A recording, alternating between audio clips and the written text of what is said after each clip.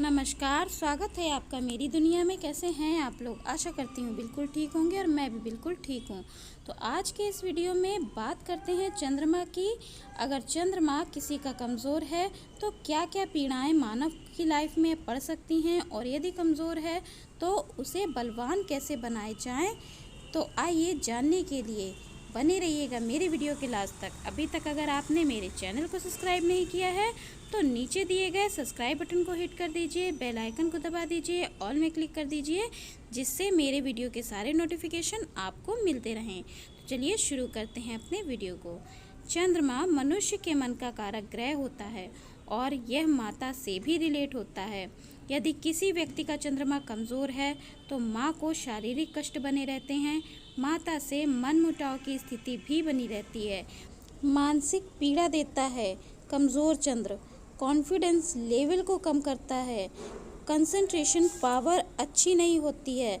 पृथ्वी के जल तत्व को चंद्रमा ही नियंत्रित करता है। जिस व्यक्ति का चंद्रमा कमज़ोर होता है तो उसको मानसिक शांति भी नहीं मिलती है, वो विचलित रहता है। क्योंकि जैसे आपने देखा है कि जब पूर्णमासी होती है तो उस टाइम पे ज्वार भाटा अधिक से अधिक आती हैं। तो पूर्णिमा वाले दिन आपने देखा होगा कि जो पागल खाने हैं वहाँ पे भी जो भर्ती होते हैं, जो एडमिट होते हैं लोग, तो उनके भी जो उनकी मानसिक स्थितियाँ होती हैं वो कंट्रोल से बाहर हो जाती हैं। क्योंकि चंद्रमा जल तत्व को अपनी ओर आकर्षित करता है। उस टाइम पे इतनी पावर होती है चंद्रमा के अंदर कि वो जल तत्व को अपनी ओर खींचता है। इसी की वजह से मानव के शरीर में भी बहुत अधिक जल तत्व है।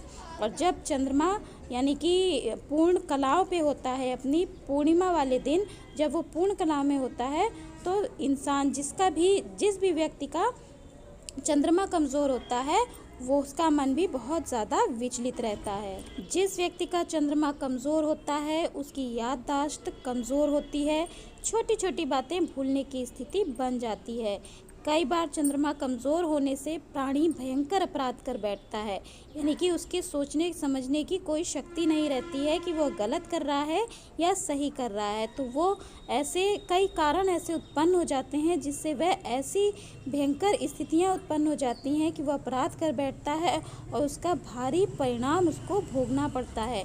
चंद्रमा कमज़ोर है तो आपके पास धन को भी नहीं टिकने देता है, सारा पैसा पानी की तरह बर्बाद होता चला जाता है। तो यही सब लक्षण होते हैं चंद्रमा के कमज़ोर होने के। तो कैसे हम चंद्रमा को बलवान बनाएं, ये भी आवश्यक होता है। तो चलिए जानते हैं कि किस तरीके से हम चंद्रमा को बलवान बना सकते हैं। तो अगर किसी का चंद्रमा कमज़ोर है, ये सब स्थितियाँ उसके साथ पैदा हो रही हैं, तो अवश्य ही वह किसी अच्छे विद्वान पंडित से अपनी कुंडली को दिखाए और उसके जो भी उपाय वह कर सकता है, जो भी वो बताएं वो करे। लेकिन कुछ उपाय मैं आपको बता देती हूँ, अगर आप नहीं भी दिखाते हैं तो ये सब उपाय करके आप अपने चंद्रमा को बलवान बना सकते हैं और अपने आगे आने वाली मुसीबतों से छुटकारा पा सकते हैं। तो चलिए जानते हैं कि ऐसे कौन से उपाय हैं जिससे हम अपने चंद्रमा को बलवान बना सकते हैं। तो सबसे पहले चंद्रमा का बीज मंत्र आपको रोज़ाना पढ़ना है कि उसका जो बीज मंत्र होता है ओम श्राम श्रीम श्रौम श्रय चंद्राय नमः। फिर से बता देती हूँ, ओम श्राम श्रीम श्रौम श्रय चंद्राय नमः। इस बीज मंत्र का आपको जाप करना है 1 माला या 2 माला। अगर आप इसका जाप शिवालय में जाकर करते हैं तो बहुत ही अच्छी बात है, नहीं जा सकते हैं तो अपने घर के मंदिर में भी बैठकर 1 या 2 माला आप जाप अवश्य कीजिए। इससे भी आपका चंद्रमा बलवान होगा, चंद्रदेव आपसे प्रसन्न रहेंगे। दूसरा कार्य आपको करना है, हर पूर्णिमा चंद्रमा के नीचे खीर को रखें, चंद्रदेव को नमन करें, प्रार्थना करें कि हमारी खीर को अमृत समान बनाएं और अपनी किरणों से जो अमृत रस है वो उसमें खीर में टपकाएं। दूसरे दिन सबसे पहले आप इस खीर को ही खाएं, इससे आपका चंद्रमा भी बलवान होता है। खीर आप किसी भी चीज़ की बना सकते हैं, मखाने की बना सकते हैं, चावल की खीर बना सकते हैं या फिर आप पोहे की भी खीर बना सकते हैं।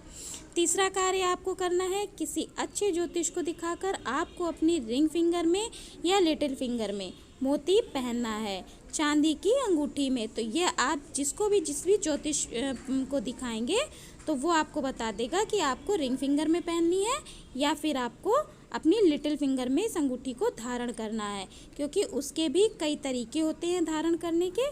तो वो आप अपने ज्योतिष जो भी आपके पंडित जी हैं उनसे पूछ सकते हैं। चौथा उपाय आपको करना है, पूर्णिमा का आपको व्रत रहना चाहिए और कच्चे दूध से शिवलिंग पर अभिषेक करना है और चंद्रदेव को कच्चे दूध का आपको अर्घ देना है। अगर आप व्रत नहीं भी रहते हैं तब भी आप इतना कार्य अवश्य कीजिए कि शिवलिंग पर आपको कच्चा दूध अर्पण करना है। मीठा थोड़ा सा डाल लीजिएगा, उसमें मिश्री डाल सकते हैं, चीनी डाल सकते हैं, डालकर आपको वो उसी से अभिषेक करना है और चंद्रदेव को भी वैसे ही कच्चे दूध से आपको अर्घ देना है।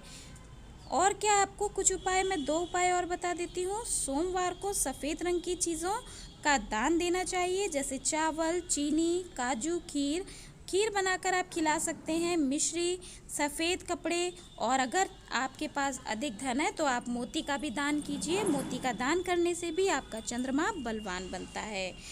जितना हो मेडिटेशन करें, कम से कम 15 मिनट ज़रूर करें। अगर समय नहीं है ज़्यादा आपके पास तो डेली सुबह ब्रह्म मुहूर्त में उठकर मेडिटेशन करें। मेडिटेशन करने से आपके ग्रह हैं जो वो कंट्रोल में आते हैं, धीरे धीरे आना शुरू हो जाते हैं। तो जितना हो सके सबसे इजी तरीका है कि मेडिटेशन करें। मेडिटेशन कैसे करना है, सांसों में ध्यान लगाना होता है। अपने ही सांसों पे ध्यान लगाइए, जिससे आपका माइंड थोड़ा कंसंट्रेट रहेगा। आपके जो विचार हैं कई तरीके से जो आपको विचलित करते हैं, वो विचार भी धीरे धीरे थमना शुरू हो जाएंगे। तो कम से कम 15 मिनट और अधिक से अधिक 1 घंटा मेडिटेशन अवश्य कीजिए अगर आपके पास समय है तो। चलिए, आपको अगर मेरी ये जानकारी अच्छी लगी हो तो मेरे वीडियो को लाइक कर दें, शेयर कर दें, कमेंट कर दें। कमेंट में ओम नमः शिवाय, जय चंद्रदेव भगवान की अवश्य लिखें। तो चलिए, खुश रहिए, मस्त रहिए, मुस्कुराते रहिए। राधे राधे, हरे कृष्णा।